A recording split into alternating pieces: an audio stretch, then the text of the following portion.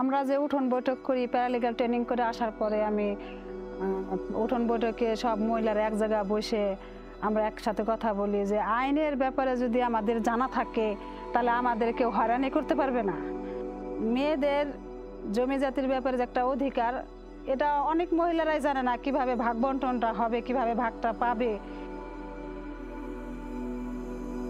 আমার নাম মনিরা বেগম, বয়স 35, গ্রাম সুলতানখানডাঙ্গি, ফরিদপুর সদর।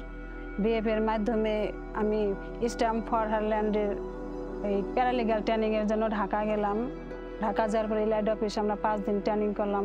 মানে কয়েক প্রকারের ট্রেনিং শিখাইছে, খাস জমির ব্যাপারে, উত্তরাধিকারের ব্যাপারে, তারপর আপনার আইনের ব্যাপারে অনেক কিছু শিখছি, নিজে শিখছি এবং আরও 5 জনকে যে শিখাইতে পারবো সেই অভিজ্ঞতাও আমার ভিতরে আসছে। প্যারালিগাল ট্রেনিং করার পরে যে আমি যে শিখলাম, 5 দিন ট্রেনিং করে যা শিখলাম, তখন তো মনে করেন আমার একটা দায়িত্ব আসলো যে আসলে আমি শুধু শিখে ঘরে বসে থাকলে তো হবে না, আমার দায়িত্ব পালন করতে হবে, আরও 5 জনকে শিখাইতে হবে, 5 জনকে জানাইতে হবে, বুঝাইতে হবে। আমি এই মাঝে মাঝে যে উঠোন বৈঠক করে বিএফ থেকে, স্ট্যাম্প ফর হারল্যান্ড থেকেও আমরা উঠোন বৈঠক করি, আপনার কৃষি অফিস থেকে যে কৃষি যৌথ সংস্থার আমি তো নেত্রী। আমরা এই যে গ্রামের মানুষ মানে মহিলারা বিশেষ করে এই যে ক্ষেত মানে কৃষিকাজ আমরা মহিলারা বেশিরভাগই করি, সব প্রকারের কৃষিকাজের সাথে আমরা মহিলারা যুক্ত আছি। তাই যে সরকার যে বরাদ্দ করে রাখছে আমাদের সুযোগ সুবিধাগুলো, সেগুলো আমরা আগে পাইতাম না, কিন্তু আমরা এই বিএফের সাথে যুক্ত হওয়ার পরে সরকার যে কোন সময় কোন সুযোগ সুবিধাটা দেয়, কোন সময় কোন জিনিসটা বরাদ্দ করছে সেটা এখন আমরা জানি, বুঝতে পারি, কারণ এটা আমাদের জন্য সরকার বরাদ্দ করছে, এটা আমাদের অধিকার। আসলে নারীরা কাজ করে, বাড়িতে কৃষি কাজ করে, তাদের কোনো স্বীকৃতি নাই। বাড়ির যত কাজ আছে সব নারীরাই করতো এবং কি মাঠেও কাজ করতো, অথচ স্বীকৃতি ছিল না, স্বীকৃতি ছিল পুরুষদের। আগে আমরা ট্রেনিংয়ে ডাকলেও নারীরা যাইতো না, যে একটা ভয় যে আমরা নারী কিভাবে বাইরে যাব, নারীরা ঘরে কাজ করবে, এইটাই তাদের মনে বিশ্বাস ছিল যে নারীরা ঘরে থাকবে, এই ভয়তেই আসতো না।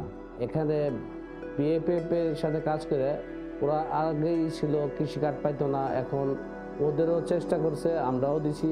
সরকারে কিছু প্রণোদনার সার বীজ দিচ্ছি নারীদের নামে, পারিবারিক কিছু পুষ্টি বাগান দিচ্ছি, তারপরে প্রদর্শনীও দিচ্ছি নারীদের নামে। এবং কি নারীদের যদি আমি কোনো কাজ দিই সেই কাজটা শতভাগ আদায় করা যায়, পুরুষের কাজ দিলে ওই কাজটা শতভাগ আদায় করা যায় না।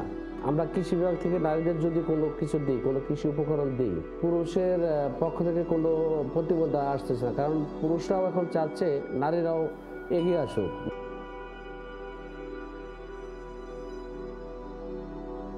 আমরা নারী কৃষানীরা যে ক্ষেত খামারে কাজ করি, আসলে নারীর যে স্বীকৃতি মানে কৃষানী এরা কোনো আমাদের ছিল না, নারী কৃষি কোনো কার্ড ছিল না, কৃষকের নামে কার্ড হইতো, সরকারি সুযোগ সুবিধা এই কৃষকরাই পাইতো, মানে পুরুষরাই পাইতো, কিন্তু কাজ তো মহিলারাই বেশি করে।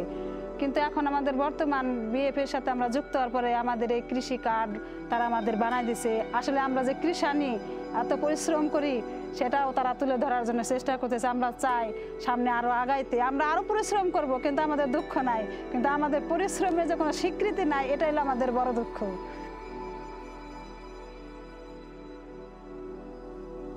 নারীদের ভূমির অধিকার নিয়ে কাজ করতে গিয়ে সমাজে অনেক লোকরাই বলে যে বিটি মানুষ এর দুনিয়া বুঝে নিতেছে, এত বোঝা তুমি কখনতে বুঝলা।